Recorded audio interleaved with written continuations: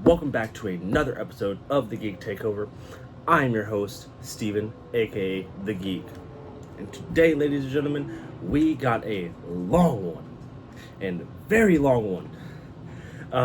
Today, we are talking the second half of Daredevil Born Again Season 1, episodes 5 through 9. And in hindsight, I probably should have done this episode by episode, but mistakes were made. So, yes. Where we left off, we ended on episode 4, which was a week before my birthday, which was a double episode premiere, and I had a prediction that was extremely wrong. And I'm not really going to delve into that. If you guys want to go check that out, you can go watch it previously. You can find it on the channel. But let's not dilly-dally.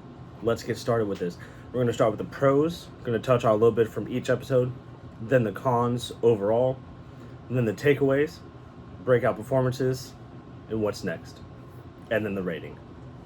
So, episode 5, the bank episode. This is one of the original episodes from the very first version of Daredevil Born Again. That was not changed. This was before they decided to rehaul the entire thing. So I think this actually was the only one, if I remember correctly. But in this episode, we get the return of Yusuf Khan, aka Kamala Khan's dad. We get mentions of her and potentially the West Coast Avengers / Champions. He says that she's currently in California, maybe with Kate, maybe with the West Coast Avengers. I hope that we get to see more about that soon. I know there have been talks about the Champions project or a West Coast Avengers project. So fingers crossed about that, because I would look very much forward to that. Let's see, what else do we have? This is a very slow pace and slow burn kind of episode. It's not really a lot of excitement going on in this one. It was very... I've heard people say it's a filler episode. People say it's a bottleneck episode. It was okay. It's a very just meh. The whole concept of this episode is Matt goes to the bank to try and get some extra money for the law firm. Gets told no. Bank gets robbed. He saves the day. But the robbery, there's a lot of cool scenes from the robbery. There was a stairwell fight between him and one of the robbers where he had to fight him completely silently to try and not alert any of the other guards. Not guards, but robbers. That's what I should say, robbers. And there was a scene where he was trying to choke him out, and the guy's shotgun was about to fall off of the stairwell and make noise, and he had to catch that. And according to an interview that the directors had with Brandon Davis, they said that the way they shot that was they had to do it reverse. So Charlie already had it in his hand, and they had it on a wire taking it up. So they shot that in reverse. So I think that was a really cool thing to hear and see. Oh, and then also in this episode, the main bank robber, Irish guy, I can't remember his name. Guess he wasn't really important anyways. He gets turned into a cripple because Matt decides to take his extreme frustration out and jump like 10 feet in the air, come down at 1,000 miles per hour right onto this guy's knee, snapping in half like a Slim Jim. So that guy is going to be in the hospital for a very, very, very, very long time. Best wishes to you, bank robber. So, like I said, nothing really happened in that episode. Kind of boring is what it was. Episode 6. This was the second one that day, because they had a 2-parter for my birthday. This one was interesting. We get to see Muse. It turns out that he is putting his artwork on the streets of New York with his victims' blood. I believe they said he was up to 40 confirmed victims that they know of. So that's terrifying. In this episode, Fisk also starts the Anti-Vigilante Task Force, which I have short for AVTF. Angela from the prior episodes, Hector Ayala's niece, I almost said daughter, she returns asking Matt for help to find his killer. Matt basically is like, I can't do it, call the cops. So she says, fuck that. I'm going to do it myself, which was stupid because she doesn't have her white tiger anything yet, which we don't know if she will. But she goes to hunt down to try and find out, not his killer, sorry. She was trying to find out what her uncle was looking into. And so she takes over the investigation. She inadvertently finds Muse's lair and almost becomes his next victim. We'll get back to that in a second. Let's see. The aunt ends up calling Matt to be like, hey, I don't know who to call. Angela's missing. We need help. Matt says, okay, don't worry, I got this. He starts to call 911, and he delivers probably one of the funniest fuck you lines. Or not fuck, just the fuck line. He's like, fuck it. And he goes up to his, I guess, lair on top of his roof and dons the Daredevil cowl. And he goes to save the day. In this sequence, we not only do you get to see him swinging from building to building with his billy club, but when he finds Muse, it's such a funny scene. Muse is looking down a train station, but where the trains go, and he's just staring and staring, and then you just see in the distance, fucking Matt just running his ass off, punches the hell out of him, and that leads us to a well choreographed fight between him and Muse, where at the same time, Fisk is confronting Adam, Vanessa's lover, and he opens up his cage, Adam's cage, to free him and says, look, I'm going to give you a chance to leave. Here's an axe. Kill me, you leave. And I think they did this fight sequence so well between the two, because you would go from Daredevil and Muse to Fisk and Adam to back and forth, and the parallels were so sexy. It was so beautifully done, showing that even though they so far this season have portrayed that they're not this person, deep down Matt really is Daredevil. Fisk really is Kingpin, and this is them donning their true colors. And that's what I loved about this episode. Eventually it ends with Fisk basically beating the hell out of Adam, throwing him back in his cage. It ends with Matt almost killing Muse, but he ends up letting him go so he can save Angela, who he tried to kill and make his next victim. Sorry. Sorry. Yeah, Matt and Fisk, two sides of the same coin. It's a beautiful, beautiful story that we have always seen throughout the Netflix series to now. Whew. 2 down. Episode 7. Oh, this episode. Yeah, this one was disappointing. This was probably my least favorite, which sucks. Because this time we see Muse like in his normal alter ego. I don't remember his name because we never met him really. We met him in one other episode, so this guy has no story. But all we know is that he's a patient of Heather. He has a meeting with Heather, and basically says, "I'm Muse. You're my next victim." And he takes her hostage, cuts her wrist open, is ready to kill her, and makes some artwork. In the meantime of this, Matt goes back to his lair, Muse's lair. He's trying to figure out what's going to happen, or where Muse is at, what's his next victim, what's his next play. And he ends up finding out that Heather is his next victim. And during all this, it's funny, Officer Powell from the previous episodes comes in because he's a part of the AVF, the Anti-Vigilante Task Force, and he gets absolutely knocked out by his billy club. He walks in, he's like, "Hey, doo!" Slept. But anyways, so Matt finds this out. He goes to save Heather. They have a really good fight. It's a really, really good fight.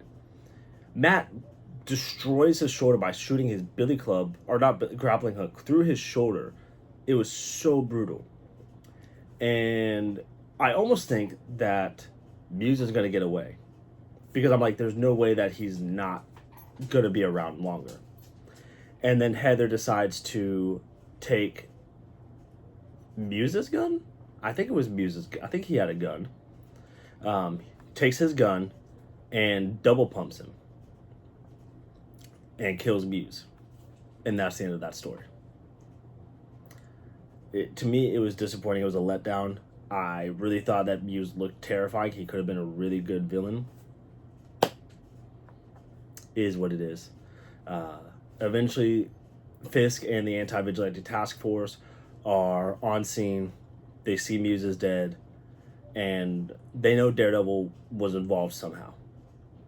And Fisk decides, no Vigilante.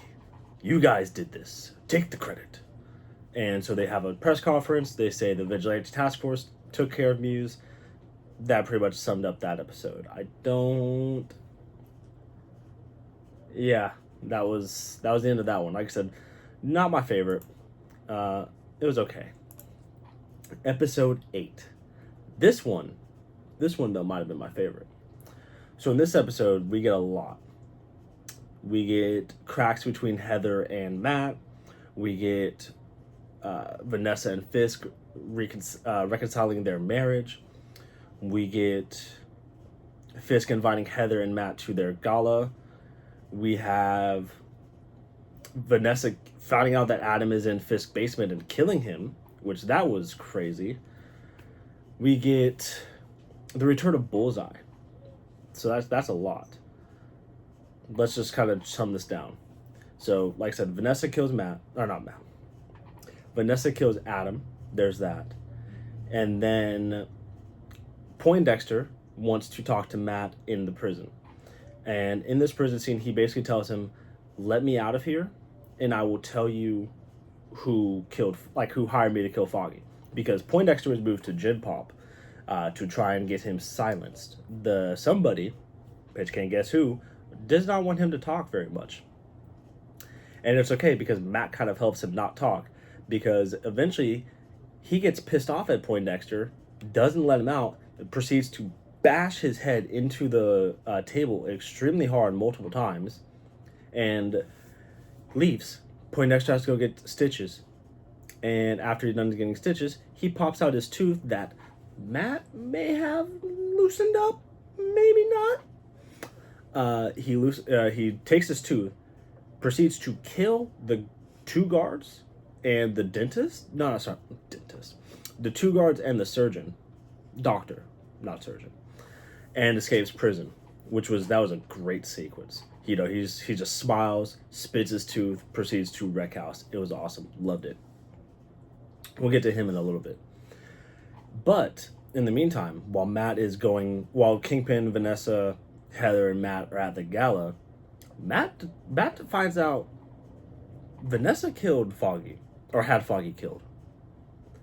But why? So we get to a sequence of they're having their first dance at the gala. Vanessa and Fisk. Matt's like, hold my beer. Trust me. Let me do this. He takes Heather onto the dance floor, switches with Vanessa, and he's confronting her. He's like, I know what you did. Why'd you do it, basically? Meanwhile, Fisk is talking to Heather and being like, basically about to tell her, do you know who your boyfriend is? I want to tell you who your boyfriend is. All this is going on while Poindexter's he's getting up on his nest with a gun, pointing it at Fisk. And this whole time while I'm watching this, I'm like, yo, does he not know that Heather and Vanessa switched? Is he going to shoot Heather thinking that that's Vanessa? I'm like, whoa, that's crazy. No, his whole target this whole time was Kingpin. He takes the shot at Kingpin. And Matt saves him. Why would Matt save his mortal enemy? Brings us to a point of something that Poindexter brought up earlier in the show where he says Matt can't help himself. No matter what, he can't help himself from being the good guy and helping the people. He can't stop himself. And I do think that that's kind of what happened here. He just did it instinctively. And that's how the episode ends. Poindexter on the run, Fisk covered in blood that's not his, Matt on the ground after getting shot. I believe it was around this area, so it was like his shoulder. And then that gets us to the finale, baby. Whew. In the finale, we determined that Fisk knew this whole time that Vanessa had Foggy killed. They can move, but now that that's done, now that he's mayor, they can move forward with their ultimate plan, which I can't remember. It was like Red Hand or Red Circle or Red Hook, something like that. And basically, we find out later that this Red Hook was a port that didn't have taxes or something like that, so that way they could launder as much money as they want. And Fisk this whole time was planning on building like a big section of the city for this, so that way they can launder and do whatever they want there without having to worry about any kind of punishment. That's their whole plan. Sorry, I heard my dogs bark, making sure they're not gonna. Anyways, that's how we start the show with Kingpin. And then we open up to Matt, who's in the hospital with Heather and his attorney friend. I can't remember her name off the top of my head. I apologize. But his first words to Heather was he called her Karen. I just think that's funny. I think that was hilarious. And that's the only thing I really want to bring up there. Anyways, but for the most first 10 minutes of this episode, Matt's in the hospital. Fisk ultimately tells Buck to go kill Matt, because what's better what could be better, a martyr or somebody who jumped in front of a bullet to save the mayor dies from their wounds. So he's trying to use that to his advantage, get Matt off the playing board. Matt hears Buck coming, escapes, and we have a citywide blackout. During the citywide blackout, Matt goes home, and when he gets home, Frank is there to help him. Frank says that he's there on a favor of a friend to help get Matt out of the city. During this time, the Anti-Vigilante Task Force comes to Matt's home. Now, I'm asking myself, are they there because Fisk told him that he's Daredevil? Are they there because Fisk told him basically police brutality, have fun, and he told him Matt is dangerous, to go kill him? I don't know. I kind of wish we knew why they went there. Anyways, this leads us to a great Punisher and Daredevil fight sequence. Daredevil is doing his best to do a PG fight scene. Meanwhile, Frank is over there like, fuck this. This is rated R. He's blasting folks. Boom, bam, blop. He just starts shooting. Guys' brains are being blown out. You get to see people's throats slit. It's brutal. And this whole time, we're at a blackout, so all you can really see is the muzzle flash from all the bullets happening. And at the end of this fight, I believe it was Officer Cole, who was introduced earlier in the series. He turns out to have the same bullet casing that killed Hector. And so Matt tries to confront him. Frank tells him, just kill him. Matt's like, no, we're better than this. And somebody ends up throwing a grenade in the door. I don't think it was Cole. I think it was a backup officer. Frank and Matt escape. Karen returns. She's the one who asked Frank to help. And from there, we got to get split up. Frank says, I'm done. I'm doing my own thing. I'm not going to help. Matt and Karen go off to try and save the day. As Matt and Karen go off, Frank decides to go try to confront Fisk. In doing so, he takes out, I would say, at least a good 20 soldiers of the Anti-Vigilante Task Force. I'm talking axe to face, stomach getting guts spilling out, gunshots. It was insane. It was gruesome. It was bloody. I loved it. But of course, he's just one man, and he gets overpowered and eventually captured after he's asked to join the Anti-Vigilante Task Force, which he laughs and says no. We'll get back to him. Whew. So, let's see. What else? I believe Fisk. What is he doing at this point? The former police commissioner decides he's going to try and get Fisk removed from office. And in doing so, he ends up removing himself from office because Fisk finds out, confronts him, has a bunch of his officers looking at him, watching him, while Fisk turns his head into a watermelon in a scene that I can confidently say I wish I never saw, because that is a terrifying sequence. It was, if you know, you know, it was gruesome. It was bloody. It was disgustingly awesome.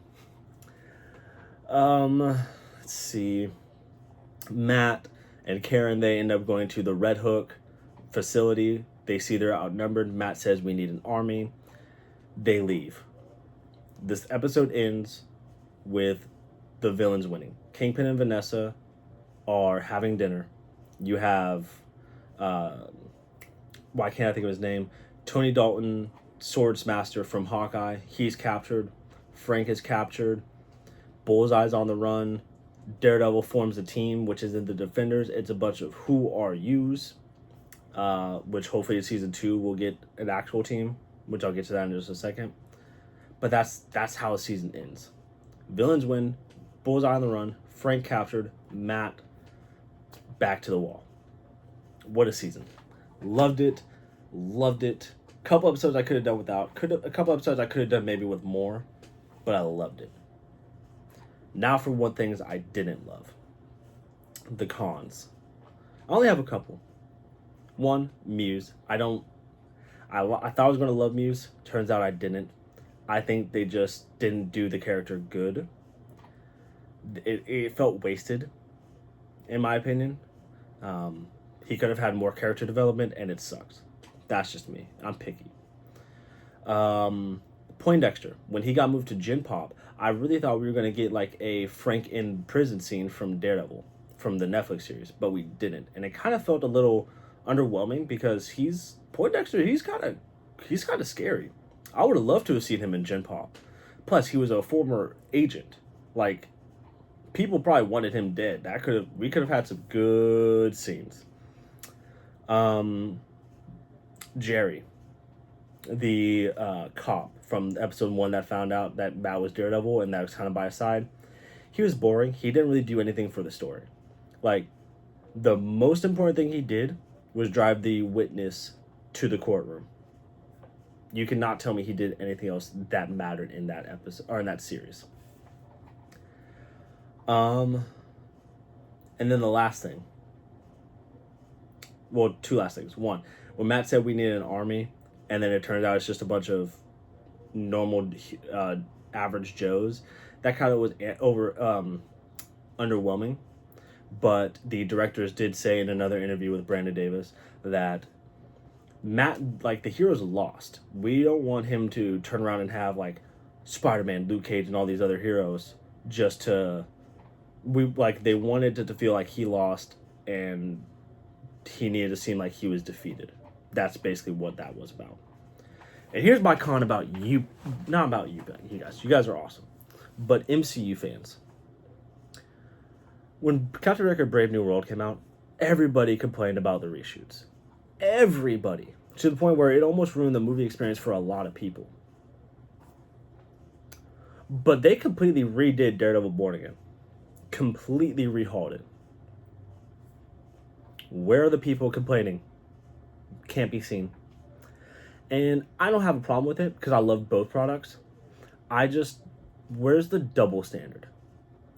It does not make sense that you could crucify one but praise the other. That's just me. Oh, whew. What's next? What is next? So far, from season 2's already begun filming.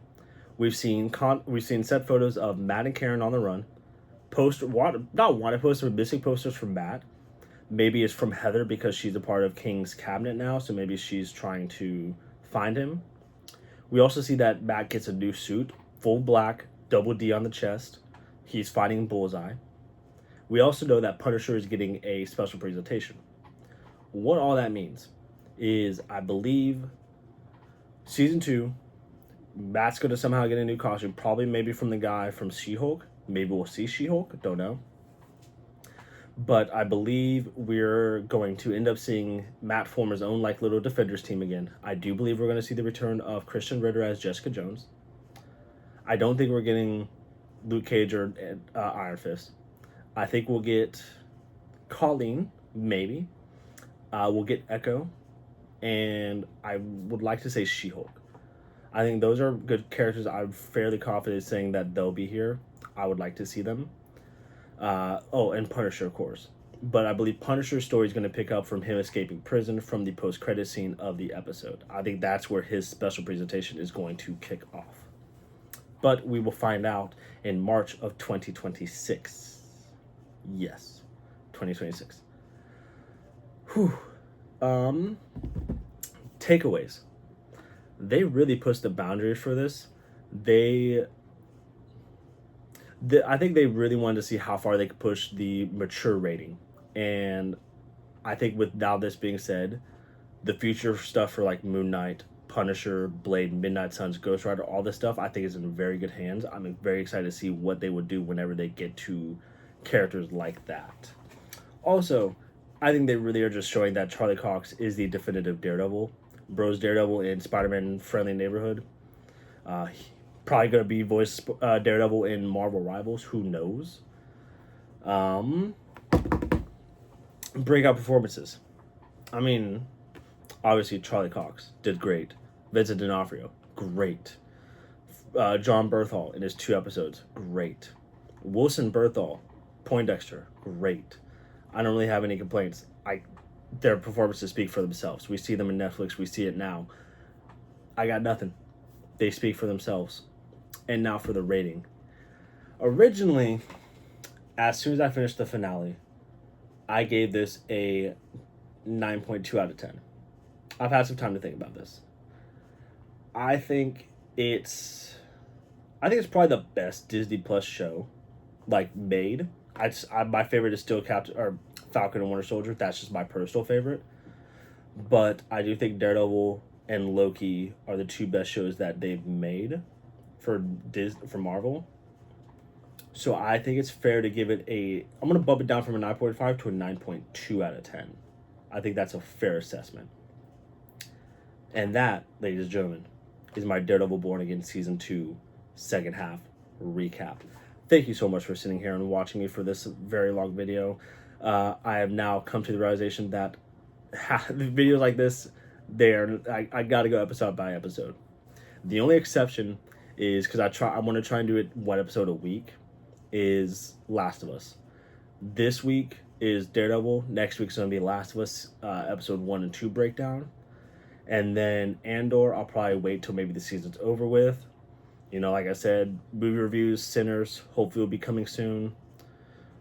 July, we got Jurassic World, we got Superman, we got Fantastic Four, which dropped a new trailer, which looked amazing. You guys could hear me talk about that over at the Superhero HQ on Nerds Lair. And yeah, NBA playoffs are starting soon, you know, so go Lakers.